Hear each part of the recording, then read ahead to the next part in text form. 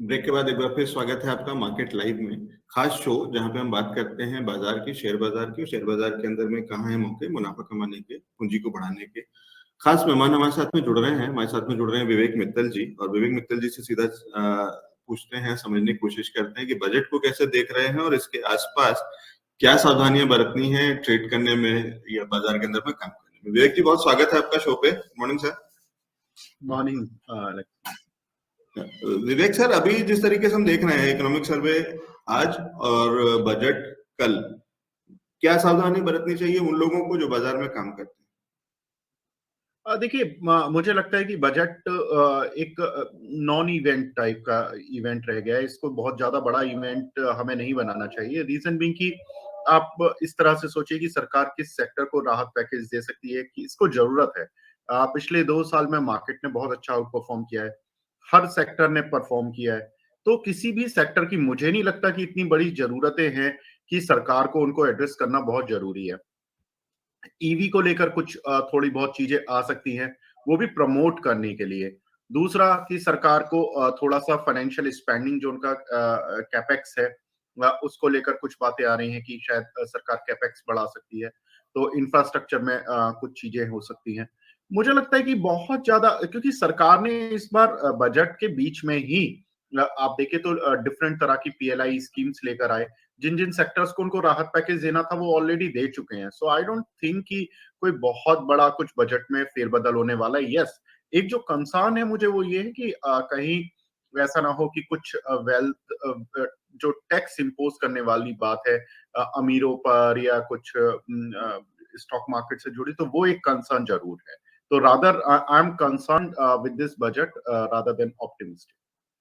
हैं? अच्छा, ठीक है। तो ये एक इंटरेस्टिंग ऑब्जर्वेशन है और एक स्टेटमेंट है जो कि विवेक जी कह रहे हैं कि उम्मीदें कम है लेकिन चिंता ज्यादा है इस बजट से। कारण ये है कि क्योंकि कुछ बहुत ज्यादा जो अच्छा जो कुछ होना है वो सरकार ने, और वो हमने पीछे देखा है क्योंकि कोविड चल रहा है और ये बहुत सारी ऐसी वाली सिचुएशन रही है, तो बजट का इंतजार करने का ना तो टाइम था और ना जरूरत थी। तो सरकार ने वो सारे जितने भी अनाउंसमेंट थे ज्यादातर जिनमें कि जो जो किसी भी इंडस्ट्री को या सेक्टर को फायदा जिससे पहुंचता, वो सारी चीजें समय समय पे सरकार करती रही है और वो सारी स्कीम्स, वो सारे चीजें हमारे सामने है और उसका असर उन सेक्टर्स पे मिल चुका। उनको फायदा जो मिलना था या ऑलरेडी वो कहीं ना कहीं फैक्टर्ड इन है बाजार के अंदर में। अब जो चीज चिंता है वो ये है कि कहीं बाजार सरकार ये ना कह दे कि टैक्स कुछ बढ़ेगा या घटेगा तो उसका फायदा मिल सकता है। वो एक इवेंट अगर कहा जाए तो शायद एक थोड़ा सा एक पुश दे सकता है। लेकिन अगर बढ़ गया या किसी भी तरीके से, चाहे वो बाजार के ऊपर हो, चाहे ट्रेड के ऊपर हो, चाहे वो किसी कॉर्पोरेट्स और उस तरीके से किसी भी टैक्स के अंदर में कहीं कुछ वाली दिक्कत आई तो उसका नेगेटिव असर बाजार पे आ सकता है। ठीक है। फिलहाल बाजार में क्या कर रहे हैं विवेक जी? आज कुछ काम कर रहे हैं या अभी हम केवल वेट एंड वॉच की स्थिति में? देखिए, कुछ एक कंपनीज जो कि हमने फ्राइडे को डिस्कस की थी, लाइक ताज जीवीके है। आज उसमें एक अच्छा मूव देखने को मिल रहा है। करीब 142 आ गया। हम आई सपोज 136 137 पर बात कर रहे थे, या 134, मुझे याद नहीं है एग्जैक्टली कि कितना था फ्राइडे को लेवल। तो 4% ऊपर है all in all. Lemon tree करीब 10% ऊपर है। तो होटल स्टॉक्स आज चले हैं। वी आर एक्सपेक्टिंग कि अच्छे रिजल्ट्स आएंगे। ताज जीवीके के रिजल्ट्स हैं। फिर इस वीक में ही ईआईएश और इंडियन होटल्स वगैरह के भी शायद रिजल्ट्स हैं। तो एक होटल्स से जुड़ी कंपनियों का एक अच्छा सर्च देखने को मिलेगा। दो एक चीजें जो कि देखिए, इस समय market is not concern about the budget and any other factor. मुझे लगता है फेड भी एक सबसाइड हो गया। इम्पॉर्टेंट इस समय हो रखा है कि जियो पॉलिटिकल टेंशन कितनी आगे वे कर सकती हैं, क्योंकि मार्केट में ये बहुत ज्यादा एक इम्पॉर्टेंट फैक्टर है। तो मुझे लगता है कि बहुत सारी कंपनी इस समय आपको अपनी हेजिंग बनाकर रखनी चाहिए। जो लोग फ्यूचर्स एंड ऑप्शन में ट्रेड करते हैं और जो लोग कैश में भी हैं, so they should have some hedging position. Index में बनाएं, आप किसी चीज में बनाएं। सो और ऊपर आने पर थोड़े थोड़ा अपना प्रॉफिट बुक भी करते जाएं। ये नहीं कि बहुत लंबे प्रॉफिट्स के लिए आप बैठ सकें आप। अब ये वो समय नहीं है जो कि हम पहले देखा करते थे कि हम कोई भी गलती कर देते थे तो हमारी गलती माफ हो जाती थी। अब नहीं होगी मार्केट में। ठीक है। तो ये वन साइडेड वाला बाजार नहीं है, वो समय खत्म हो गया। फिलहाल जो विवेक जी कह रहे हैं कि ये कहीं ना कहीं दोनों तरीके का बाजार होगा और किसी भी तरफ जा सकता है, बहुत क्लैरिटी नहीं है और बहुत सारे वोलेटिलिटी कह लीजिए इसमें कि और हो सकती है। और इसके चलते आपको अपनी हेजिंग, अपनी सेफ्टी आपको खुद इंश्योर करनी पड़ेगी और वो करते चलें, अपने पैसे को और अपने पूंजी को हेज करते चलें, प्लस जहां जहां पे आपको मुनाफा आ रहा है उस मुनाफे को भी थोड़ा थोड़ा सा बुक करते चलें, बाहर निकालते चलें ऑपरेटेबल पैसा, क्योंकि अब कहीं ना कहीं चीजें थोड़ी सी मुश्किल होने वाली है, उतना आसान नहीं होने वाला है जो एक पीछे एक दौर रहा है जिसमें कि आप कुछ भी, वो जो विवेक जी कह रहे हैं कि कोई भी गलती माफ का मतलब ये है कि आपने गलत स्टॉक भी लिया तो भी आपको पैसे मिल जाते थे, आपने ऊंचे पैसे भाव पे भी मिला तो भी उसके भी ऊपर चला जाता था और फिर भी आप प्रॉफिट कमा लेते थे। वो सारी चीजें कहीं ना कहीं अब बाजार के अंदर में सेटल डाउन हो रही हैं और फिलहाल कुछ समय तक बाजार उस तरीके से आंख बंद करके पैसा देने वाला नहीं है। बहुत सावधानी, बहुत चीजों को समझ के पढ़ के और रिसर्च करके ही काम करना होगा और ऐसे समय में हमें जरूरत होती है विवेक मित्तल जी जैसे लोगों की, जो एक्सपर्ट्स हैं, जो बाजार को बहुत डिटेल से समझते हैं, बहुत ठीक से उन्होंने काम भी करा है, पढ़ा भी है और उसके अंदर में एक्सपीरियंस भी गेन किया है। विवेक सर, अभी करा क्या जाए बाजार के अंदर में अगर कुछ नया काम करना हो तो? देखिए, नए काम में हमने कुछ एक कंपनीज आइडेंटिफाई की हैं जिन पे कि हम 2-1 दिन के लिए ट्रेड ले सकते हैं पोजिशनल। जैसे कि जिंदल ड्रिलिंग, ये कंपनी है। ये कंपनी ड्रिलिंग से जुड़ी हुई है। क्रूड ऑयल की प्राइसेस हमने अप होते हुए देखे हैं और इसमें हमने क्या देखा है कि ये कंपनी अच्छा परफॉर्म कर रही है। क्रूड ऑयल के एक्सप्लोरेशन से जुड़ी कंपनियां हैं। ऐसे में जितनी भी क्रूड ऑयल से जुड़ी, एक्सप्लोरेशन से जुड़ी हुई या क्रूड ऑयल बेचने वाली companies, these companies are making good profits. तो मुझे लगता है इस कंपनी के रिजल्ट्स हैं इस वीक में और ये कंपनी अच्छा कर सकती है। So for a target of 10 to 20%, 10% का पहला टारगेट रहेगा करीब 168-70 का, दूसरा टारगेट करीब 180 का रहेगा और आप इन 2 टारगेट्स को लेकर आप अपने शेयर ले सकते हैं। देखिए एलेक्स सर, इसमें एक चीज और हो रही है मार्केट में कि अगर आप देखें तो रिजल्ट्स अच्छे आने के बावजूद भी बहुत सारी कंपनीज में रिएक्शन उतना तेज नहीं आ पा रहा है। लाइक आप look at the MRPL. MRPL के रिजल्ट्स बहुत अच्छे आए, लेकिन रिएक्शन ये है कि आज आधा परसेंट ऊपर है। आईडीएफसी फर्स्ट बैंक, उसमें करीब शानदार करीब 150 से 200% तक के प्रॉफिट में जंप देखने को मिला, लेकिन उसके बावजूद भी आईडीएफसी फर्स्ट बैंक आज करीब 1.5%, 2% ही ऊपर है। तो कहीं ना कहीं हमें थोड़े से ये हैवी इक्विटी के भी शेयर हैं, लेकिन हमें कहीं ना कहीं ये भी देखना है कि मार्केट किस तरह से रिएक्ट कर रहा है। तो मार्केट में रिएक्शन उतना शार्प नहीं है, तो आपको जहां भी प्रॉफिट मिलता है तो आप अपनी सुविधा अनुसार मेंटेन ले लें और दूसरा आप अपनी सुविधा अनुसार स्टॉप लॉस भी लगा लें। लाइक अगर आप जिंदल ड्रिलिंग ले रहे हैं तो जिंदल ड्रिलिंग में भी आप ये कर सकते हैं कि अपनी बाइंग प्राइस से 1 रुपए ऊपर का या नीचे का स्टॉप लॉस लगाकर आप उसको लें और इसको 2-3 दिन के लिए रखें। ठीक है, तो वो वही वाली चीज है जो पहले भी हम, इससे पहले जहां से हमने डिस्कशन शुरू किया था कि बाजार बहुत एक तरफा नहीं है, बहुत इजी मनी नहीं दे रहा है, तो आपको बहुत ही संभल के और बहुत ही वो वाली चीजें, और क्योंकि हम हर समय आपके साथ में जुड़े नहीं होंगे, पूरे समय नहीं होंगे विवेक जी, हर समय आपके साथ में नहीं होंगे कि बीच में जब कुछ होएगा कुछ और लेवल चेंज हो, तो आप बाजार को और बाकी चीजों को देखते हुए और अपने ट्रेड को देखते हुए जहां पे आपको लगे, जब भी थोड़ा सा भी अनकंफर्टेबल या थोड़ा सा भी वो लगने लगे चले, तो आप उतने ही प्रॉफिट को बुक कर लीजिए। जब टारगेट जो दे रहे हैं विवेक जी वो एक चीज है, वो चार्ट्स को देख करके और बहुत सारी अपने एनालिसिस को देख करके दे रहे हैं, लेकिन बाजार के अंदर में या जियोपॉलिटिकल इश्यूज जिस तरीके से चल रहे हैं या बहुत सारी और चीजें चल रही हैं, तो किसी भी इवेंट, किसी भी ट्रिगर के चलते अगर कहीं चीजें थोड़ी अटक सकती, रुक सकती या उस तरीके का जैसा एक्सपेक्टेड है उस तरीके के रिजल्ट्स, कई बार रिजल्ट आ रहे हैं लेकिन रिजल्ट का रिएक्शन नहीं आ रहा, जो अभी 2-3 एग्जांपल्स भी दिए हैं विवेक जी ने, तो वो ध्यान रखिएगा कि जरूरी नहीं है कि ये 10% और 20% और 30% आपको मुनाफा मिले, या जो पहले मिलता था, जो एक नॉर्मल ट्रेंड था मान के चलते थे, या ऐसी चीजें बहुत ही नॉर्मल सी थी कि अगर बहुत अच्छा नतीजे घोषित होंगे तो उसका रिएक्शन भी उसके स्टॉक पे बहुत अच्छा आएगा। फिलहाल जिस तरीके से बाजार है, तो कहीं ना कहीं बाजार उस रिएक्शन को भी कहीं कंट्रोल या रोक के रख रहा है, या कह लीजिए कि कहीं उस बाजार की वजह से या बाजार की जिस तरीके की चाल है उसमें थोड़ा सा सबड्यूड सा रिएक्शन है, तो हो सकता है बड़ा मुनाफा ना मिले। और अगर बीच में कहीं पे भी चीजें बदलती हैं, कोई भी ऐसी चीजें आती है, तो ध्यान रखें, सावधानी रखें और बाहर निकलते चलें, या स्टॉप लॉस को भी ट्रेल कर सकते हैं। तो वो एक जो स्ट्रेटेजी बता रहे हैं विवेक जी कि अपना स्टॉप लॉस आपने 1 रुपए ऊपर लगा दिया, जिससे कि आपका लॉस नहीं होने वाला, जीरो लॉस स्ट्रेटेजी पे आप आ गए हैं, जब बढ़ने लगे और धीरे धीरे उसको भी और ऊपर खिसकाते जाए तो वो भी एक तरीका हो सकता है। ठीक है सर, जिंदल ड्रिल के अलावा कोई और स्टॉक है जिसको देख रहे हैं?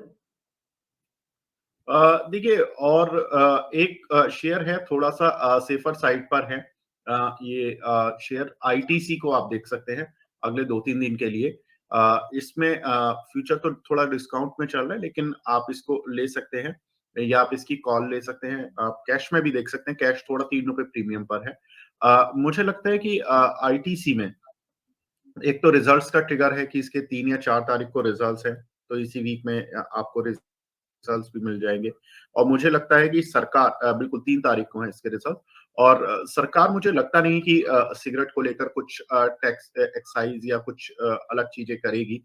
इनफैक्ट ये भी बात आ रही है कि हो सकता है कि कस्टम ड्यूटी को हाइक किया जाए, सो दैट कि डोमेस्टिक प्रोड्यूसर्स को उतना नुकसान ना हो। देखिए, अल्टीमेटली होता क्या है कि सरकार को उल्टा नुकसान होता है अगर उसकी एक्साइज की दर ज्यादा है और कस्टम की दर कम है, तो जिसकी वजह से हो क्या रहा है कि जो सिगरेट इंपोर्ट होकर आ रही हैं वो सस्ती पड़ रही हैं, तो सरकार को उस पर जो रेवेन्यू कलेक्शन है वो उतना नहीं होता। अगर डोमेस्टिक कंपनीज ज्यादा सिगरेट बेचेंगी तो उन पर एक्साइज ड्यूटी का जो इम्पैक्ट होगा वो गवर्नमेंट पर ज्यादा होगा। तो मुझे लगता है कि गवर्नमेंट खुद अपना रेवेन्यू बचाने के लिए ये कर सकती है। और अगर कस्टम ड्यूटी बढ़ाई गई या कुछ इस तरह का ब्लैक जो नंबर 2 में जो इंपोर्ट हो रहे हैं उनको चेक करने के लिए कुछ सरकार ने कदम उठाया सिगरेट के लिए, तो मुझे लगता है कि that would be positive for ITC. Secondly, ITC के जो दूसरे बिजनेसेस हैं उसमें पेपर का है। पेपर अच्छा कर रहा है, paper is doing well. Third is hotel industry जो मॉरेल शेरेटन है। होटल में आप देखें तो ईआईएच, इंडियन, ताज, जीवीके, लेमन ट्री सभी बहुत अच्छा आज परफॉर्म कर रहे हैं। तो मुझे लगता है कि जितनी भी होटल कंपनीज हैं उनका अक्टूबर दिसंबर तिमाही देखें कि लोग 1.5 साल के पूरे फेडअप के बाद अक्टूबर नवंबर दिसंबर में बहुत अच्छे से बाहर घूमने गए थे और बहुत अच्छी ऑक्यूपेंसीज थी सारे ही होटल्स में। तो मुझे लगता है कि होटल बिजनेस में also positively surprise for ITC. तो आईटीसी यहाँ से एक बाय करना बनता है। चला भी नहीं है, पूरी तेजी में कोई परफॉर्मेंस नहीं है शेयर की, बहुत सुस्त शेयर है। तो ऐसे में गिरता भी सुस्ती से है। तो मुझे लगता है कि आप इसमें ज्यादा बड़ा टारगेट नहीं रखें, 230 से 35 का रखें और आपको स्टॉप लॉस केवल 214 का लगाना है। ठीक है, तो छोटा रिस्क और छोटा ही प्रॉफिट, लेकिन एक सेफ बेट, सेफर बेट कह लें जिसको, कि एक थोड़ा सा डिफेंसिव स्टॉक जिसके अंदर में आप ले सकते हैं, क्योंकि बहुत सारे ऐसे फैक्टर्स हैं जो कहीं ना कहीं इसके फेवर में हो सकते हैं। और अगर उसमें जो कि कहीं एक एक्सपेक्टेशन, जो कुछ एक एक्सपेक्टेशंस हैं बजट के अंदर में, उसमें अगर कुछ की एक जो ऐसे सेक्टर्स हैं जो कि एम्प्लॉयमेंट जनरेट करते हैं या जो ज्यादा अफेक्ट हुए हैं कोविड के चलते, लॉकडाउन के चलते, उसके लिए अगर सरकार ने कुछ भी अनाउंसमेंट किया जिसमें हॉस्पिटैलिटी और ट्रैवल इंडस्ट्री भी आती है, तो उसका एक अच्छा फायदा या झटका, एक पुश मिल सकता है ये वाले सारे स्टॉक्स को, जिसमें हॉस्पिटैलिटी इंडस्ट्री, ट्रैवल और इवन ट्रैवल यानी फ्लाइट्स और ये वाली चीजें, इंडिगो जैसे, तो उन सबको भी कहीं एक उम्मीद है। और उसका एक अच्छा मिला जुला कैंडिडेट आईटीसी भी है, क्योंकि इसके पोर्टफोलियो का पार्ट वो भी है, होटल इंडस्ट्री भी है। बढ़िया, ठीक है। विवेक जी, अगर कोई और स्टॉक नहीं है तो एक सवाल है मेरे पास बस, वो मैं आपसे लास्ट में ले लूंगा, लेकिन आप अपने कंप्लीट कर लीजिए पहले अपना। देखिए, तीसरा स्टॉक केवल gas authority of India limited का है। गेल को देख सकते हैं आप फॉर शॉर्ट टर्म पीरियड। देखिए, गेल का हो क्या रहा है कि इंटरनेशनली जितना भी रूस और ये अमेरिका वगैरह की टेंशन्स चल रही हैं, इसमें सबसे बड़ा मुद्दा आ रहा है कि रूस यूरोप को बहुत ज्यादा गैस प्रोवाइड करता है। और आई थिंक जर्मनी का तो शायद 40% of the gas import is based on रूस। इसीलिए जर्मनी का आपने देखा होगा कि जो नाटो जो कंट्रीज है नाटो, वो उनमें जर्मनी बहुत ज्यादा विरोध नहीं कर रहा है रूस यूक्रेन में, और उसकी वजह से नाटो में थोड़ा सा डिवाइडेशन भी आ रहा है कि सारे नाटो कंट्रीज उतना कंट्रीब्यूट नहीं कर रहे हैं। उस चीज को लेकर जर्मनी को ब्लेम भी किया जा रहा है, वो इसीलिए कि उनका बहुत सारा इंपोर्ट बेस्ड है रशिया पर। अब दूसरा कि अगर चीजें एस्केलेट होती हैं तो रूस को मजबूरी में अगर उस पर सैंक्शन भी लगेंगे तो मजबूरी में गैस का एक्सपोर्ट करना बंद करना पड़ेगा। तो ऐसे में क्या होगा कि इंटरनेशनल मार्केट में गैस की सप्लाई कम हो जाएगी और गैस के प्राइसेस बढ़ जाएंगे। और ये ऐसा हमने देखा भी है कि पिछले कुछ दिनों में गैस की जो नेचुरल गैस की प्राइसेस थी, उनमें एक अच्छा खासा सर्ज देखने को मिला था। तो इसका एक सीधा बेनिफिशियरी जो होगा gas authority of India limited जैसी कंपनी होंगी जो कि गैस को निकाल कर बेचते हैं, ट्रांसमिट भी करते हैं। दूसरा कि इस कंपनी के खुद के रिजल्ट्स भी हैं इस क्वार्टर में और इनके जो वॉल्यूम्स हैं और जो प्रॉफिटेबिलिटी है, दोनों बहुत स्ट्रॉन्ग रहने की उम्मीदें लगा रहे हैं। तीसरा एक बजट का ट्रिगर है। एलआईसी का आईपीओ लाने के लिए सरकार कुछ सरकारी कंपनियों को बूस्ट अप देने की कोशिश कर सकती है। हो सकता है कि एफडीआई लिमिट को लेकर कुछ थिंकिंग हो कि सरकारी कंपनियों में या सरकारी बैंक्स में आप विदेशी निवेशक ज्यादा स्टेक ले सकते हैं। तो मुझे लगता है कि ये एक सेक्टर होगा जो कि इंटरेस्टिंग होगा। तो गेल एक मुझे लगता है कि सेफ एंड सिक्योर बेट है इस एनवायरनमेंट में। तो इसमें ज्यादा बड़े टारगेट्स नहीं है। 148, 152 और 155 ये 3 टारगेट्स हैं और आज के डे लो को आप स्टॉप लॉस लगा लें यानी कि 142-45 का एक स्टॉप लॉस लगा लें अगले 3 दिन के लिए और आप इसमें ट्रेड कर सकते हैं। ठीक है, तो एक छोटे समय अवधि के लिए और छोटे ही टारगेट्स के लिए, लेकिन कम रिस्क के साथ में, और ये इस तरीके के बाजार में, और फिलहाल जहां पे एक बड़ा इवेंट है, भले ही वो हम एक्सपेक्टेशंस अलग हो कि कुछ खास एक्सपेक्टेड नहीं है उस इवेंट से, बजट से, लेकिन कुछ ना कुछ तो वो वोलेटिलिटी तो ला ही सकता है अगर कोई भी अनाउंसमेंट, या जो इस तरीके से जो विवेक जी भी कह रहे थे कि नेगेटिव साइड में ही चाहे हो जाए कि अगर कुछ टैक्सेस या कुछ ऐसी वाली चीजें होती है, क्योंकि सरकार को भी अपना रेवेन्यू बढ़ाना है, सरकार के ऊपर खर्चे बढ़े हैं, वैक्सीन और ये वो बहुत सारी चीजें, तो हो सकता है सरकार अगर कुछ भी ऐसा अनाउंसमेंट करती है तो उसका असर आए। तो उन सब चीजों में को ध्यान में रखते हुए बहुत सेफ बेट की बात कर रहे हैं हम कि बहुत ही ऐसी चीजों में, ऐसे स्टॉक्स में जाएं, और बहुत ही स्टॉप लॉस का जरूर ध्यान रखिएगा, डिसिप्लिन का बहुत जरूर ध्यान रखिएगा, क्योंकि विवेक जी वो जो कह रहे हैं कि वो वोलेटिलिटी में आप ट्रैप ना हो जाए, तो इसलिए स्टॉप लॉसेस का निश्चित रूप से ध्यान रखिएगा। ठीक है।